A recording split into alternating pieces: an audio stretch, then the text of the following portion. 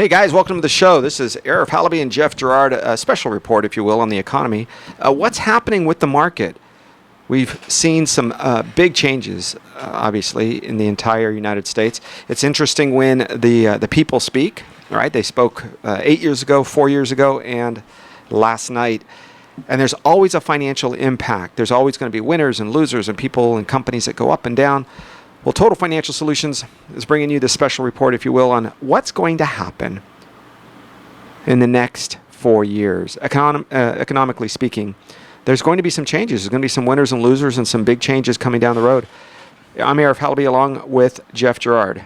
Good morning. It's a very interesting time to say the least.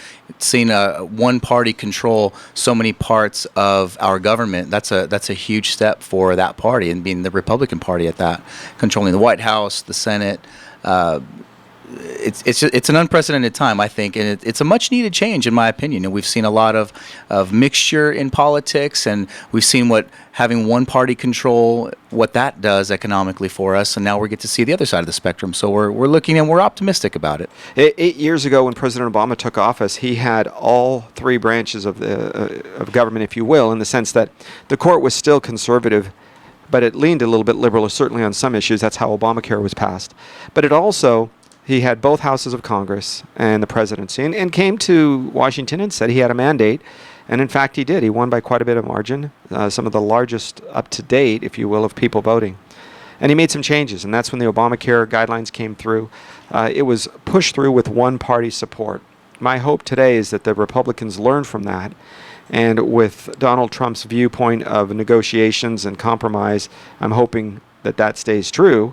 And as we push forward the great ideas of one political party, we don't forget the great ideas of the others. This has always been the challenge, Jeff. When I have seen today, and in the last 8, 10, 12 years now, maybe more, maybe 16 years, that the left considers the right evil, and they consider terrorists misunderstood. And so we develop policies around that. The conservatives, or the right, see the left as wrong and terrorists as evil. So they develop policies around that. That's why you'll see violence and people throwing things and yelling. And I mean, look at some of the attitudes now on Facebook and some of the other places. Some of the cursing and the foul language from sophisticated people on the left.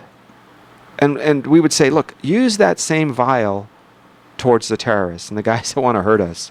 Use that same anger. Don't say they're misunderstood. Your friend who thinks different than you or is happy that this proposition was passed or this person was elected, think of them as maybe misunderstood or as unclear, and then the dialogue happens. Because I agree with that. Last night, the world feeds off of us. They get all of our media broadcasts. And what took place? 3, 4, 5% decline in world markets as the election results were leaning more towards Donald Trump. That is amazing, you guys. That means the world is scared. And they're scared of Donald Trump. For what reason? I don't know. You know, I've traveled the world. I've seen people in this year and haven't really seen any reasonings, just that he scares me. It's like saying something's ugly or smells bad or is ugly. You're okay, great, but what's bad about it? Well, and then when you ask a few more questions, there's anger. And you say, well, come on back to the reality. Tell me, what about this is wrong? And I heard something from a friend this morning. And she said, well, he doesn't have women's rights. He doesn't allow a woman the right to have an abortion. I said, well, what age is a baby a baby? They go, what do you mean? I said, well, when is it a live baby? I don't know that answer. I'm not a scientist. And they said, well, 3 months. I said, okay, well, then anything after 3 months, it means you're killing a baby, and half of those statistically are women. So who's going to fight for those little women's rights? Mm-hmm. Right. And you say, well, then they should have. All of that is fine. I don't really care, because it's the Supreme Court that makes the decision, and one president. And the country has now moved towards that being an acceptable procedure that women can have. So if our congressman or our president doesn't think it's right, I don't care. What if he likes vanilla ice cream? What if he wants to ban pistachio ice cream? They don't have the right. They don't have the power to do such.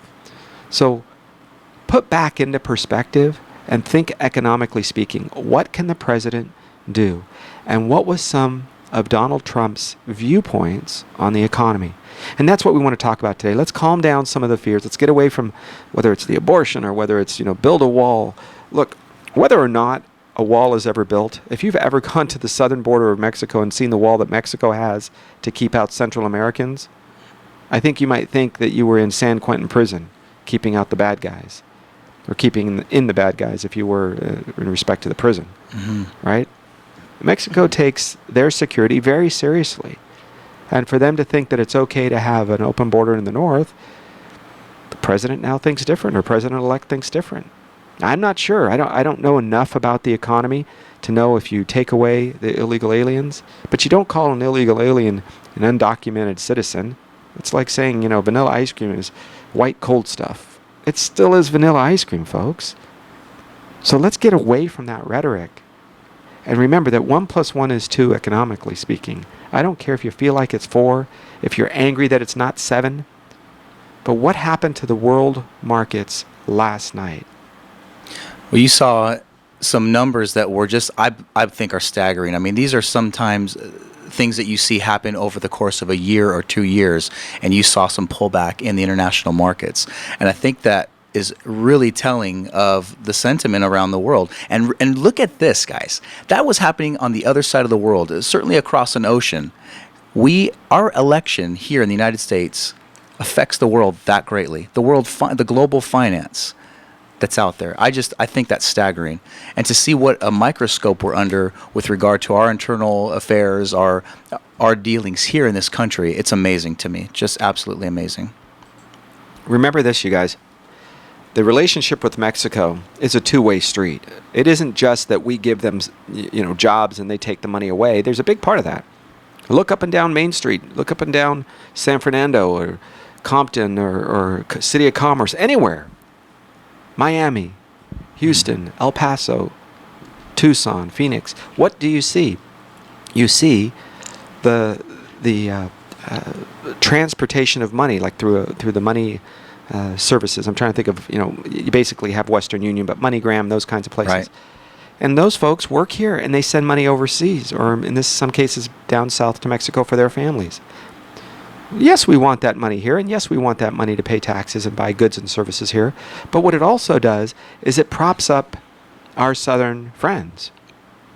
There's $1 billion a year that leaves the United States and goes down to Mexico. $1 billion a year.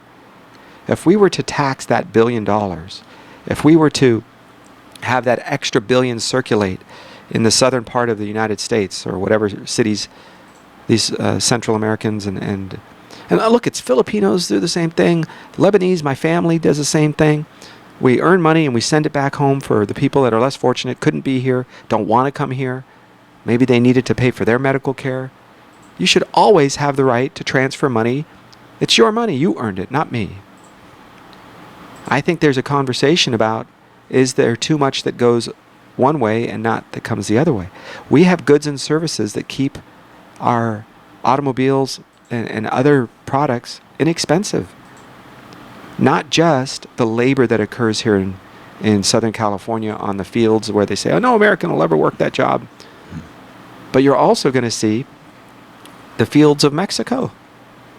I've spoken to a gentleman who has vegetable, tomato and strawberry garden, or if you will, a farm in the south. Crops? Yeah, huge crops. Mm-hmm.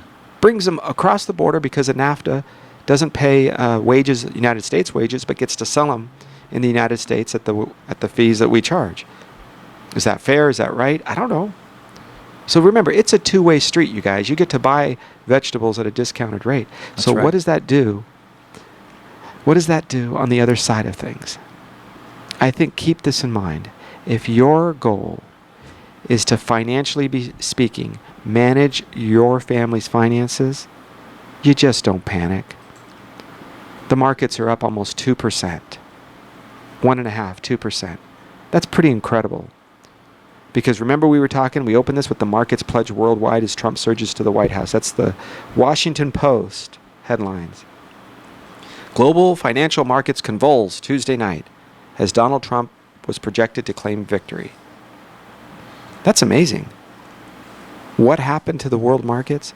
I think they're unsure. Here's a man who's never even run for dog catcher or school board member, and his first political adventure is the White House. A very flawed character, if any of us were wondering. Somebody who said and did things that would make some of the most vile of us blush. And yet, why did America speak? Why did the average middle class, Hispanic, African American, Caucasian, Asian, why did they fight and say it's time for a change? I think it's to buck the system. I mean, what we're seeing is, at least for the last 8 years, we've seen our debt as a country double, right? And now that you think about the amount of money that's out there, and the amount of money that we owe in comparison to that, it's staggering to me. That's not even a number that's fathomable. The president's job is to not get in and comment on every little micro social issue, and not come in and comment on a one-sided issue when there's a shooting in this city, or a shooting of a person in this city. Unless you're going to be consistent, then you look like you're favoring. Right? When law enforcement officers were killed, black, white, Hispanic, female, doesn't matter. The president never came out. And I think people saw that. They saw this as an agenda-based item and not a right-wrong item. And so you started to see people get tired of the system. And then, of course, all the leaks of the corruption of the Clinton Foundation and the Clintons in general. Most people, if you're watching your NBC, CBS, ABC News, CNN, you're not seeing the full report. You're seeing, Donald Trump 11 years ago said something, vile. True. And last year, Hillary Clinton hid $1 million from the country of Qatar. Oh, wait, you didn't hear that? She hid it, and it was uncovered. $1 million while she was running for president. So I want you to know that you have to be responsible for your own education. And it's more than just, I saw it on one website. Look at the website, look at the company, look at the news that is not leaning towards the political side that you care about. If you're a liberal Democrat person, look at the Fox News website. If you're a conservative hard right, take a look at MSNBC and CNN. See what they have to say. You may not agree with it. It's not about your personality. It's about understanding that you have to still save for your family's retirement. I still want you to take a deep breath. I still want you to remember that your kids have to go to college. And the president is not a king. And people need to know that the president still has to. Now, the last 4 years, nearly every single executive order that the president pushed through was either overturned by Congress or overturned by the Supreme Court. He was not willing to negotiate and talk, and the other side, dug their heels in, and he dug his heels in, and so he started issuing executive orders. Congress and the people have said that is not cool. So a lot of those are going to be overturned. Which ones are we talking about? I would expect to see some changes in the first 6 months of Obamacare. I got my premium adjustment. That's exciting. Yeah. My deductible went up 50%. Oh. $12,000. Wow. Per year. And my premium is now $2,200 a month. $2,200 a month. Whether or not you get sick? Whether or not I get sick. Do you realize, Arif, you have to pay for that poor guy over there. Look, I don't mind, but don't hurt. Now, does that mean my kids don't get to go to college because I have to take an extra $1,000? It actually was $870 before. Now it's $2,280 or something. So now that's $1,200, and that's post-tax money, you guys. That means you have to go to work, you make $3,000, you pay your taxes, and you get $2,200, and you get to go buy insurance. It means that the first $36,000 a year of my income. Oh, Arif, you're rich. Oh, I wish. I struggle like everybody else some days, some months. You have to earn 130% of that in most cases before you can even pay that bill. And so now take that and take away a zero to the family down the street who says, I make $50,000 a year, and my premiums went from $700 to, I don't know, $1,000. Where are they going to come up with that? So I think all of these things happened at the same time. They should have had the increases take place December 1st instead of November 1st, Right. because you guys were just opening up your mail as you were voting, and there was a lot of closet Trump voters, lifelong Democrats, that said, I'm just tired of the corruption, or Hillary Clinton was the best we could do, because Republicans are saying Donald Trump was the best we could do. Both sides are like, how in the heck did we get here? And you voted against the other person instead of for your person. So what is that going to mean? I think you're going to see some changes, economically speaking, in your health care. But I think you're going to also see changes in some of your retirement planning structure. So what do I mean by that? I think there's going to be a greater push for you to save individually.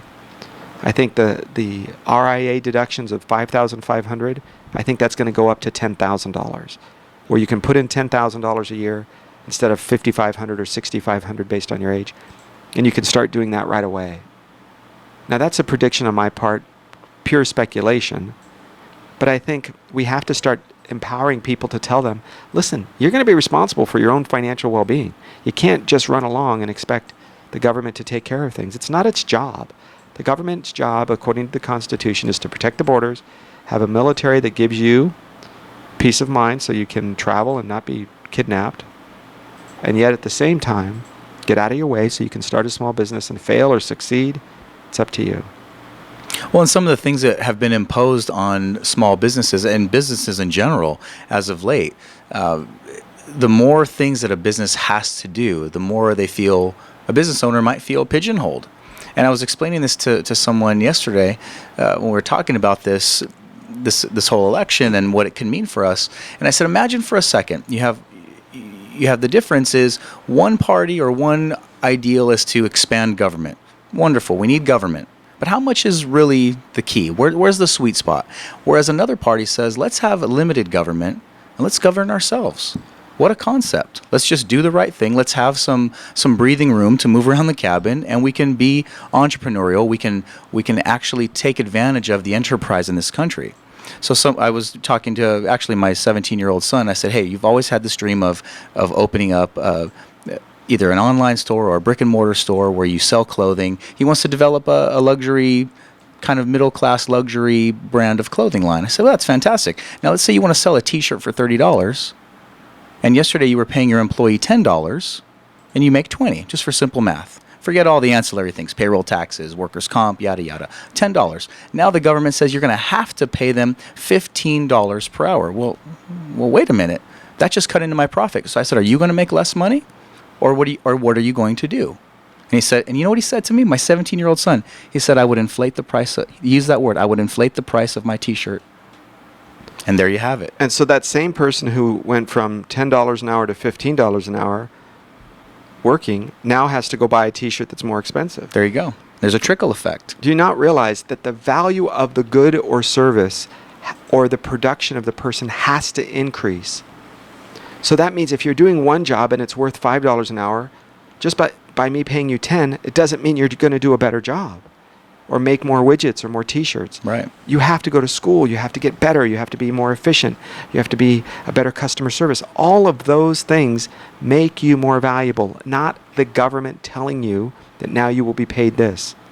But Arif, it's just not fair. People have to work 2 jobs. I had to sleep in my car. I never ran around saying I want to steal that guy's BMW. Or I want to give me money from that guy who's driving a Maserati. I said, let him have it. I want one too. I didn't say that. Look, you're not going to be rich by making other people poor. You're going to be rich by working harder, being smarter. And you know what? You still might fail. You just might. That's right. And you know what you do? You get up and you start all over again. Right? There are some reasons for, you can have bankruptcies, you can redo your credit, you can renegotiate your debt, you can get 5 jobs, you can work on the weekends. There's a million things you can do to restart your life financially speaking, and that's part of it. The market is up almost 1.5% again, almost 2% in some markets. What's happening to the world markets? Well, let's take a look and see. When you have the world economy is changing significantly, and look, a lot of people are scared, and I get it. But most of the world finished higher, 1.5% yesterday in Europe. Asia They weren't sure. They finished lower, 2%. So you had Asia as things were developing and not sure, because the President-elect Donald Trump said, we're not going to be just giving them stuff. Now they're going to have to buy our products. So what does that do for you as an American business? If we're not just importing stuff made in China or Vietnam or the Philippines, now we're going to be selling them stuff. Or he says, we're just not going to import it. We'll tax it. And they said, wait. Okay, we'll buy some of your things. What does that do to your business now if you're an American? I think everybody said enough is enough. I think a lot of people went through and had to make a decision. Is everybody, their racial, economic, label? Look, all of us have friends in various backgrounds. Yes. But the only friends of mine that are always talking about race or sexual orientation or economic status and putting people in a bucket, truly, you guys, it's my friends on the left. Now, you might say, oh, Arif, the right, those guys just don't know that they're dirty or evil or racist. Oh, okay, maybe. I mean, I don't know their heart. I can just tell you that when I'm sitting around, we're not talking about those things. We're talking about how do we make more money, or how do we help more people, how do we build this company, how do we give to this charity. It's a different conversation as opposed to I'm a victim here and I'm a victim because of this and I'm a victim because of that. You can have both perspectives, but one of them is going to be more powerful, and that guides and directs your financial life. Train that, adjust that, and coming out of this election, I don't care what side you're on, go back to work for you and your family. We'll be back in just a minute. Recap a little bit on what's going on in the financial world, kind of calming some of those fears and putting the responsibility back on you. Total Financial Solutions Special Report, Arif, Halaby, and Jeff Gerard.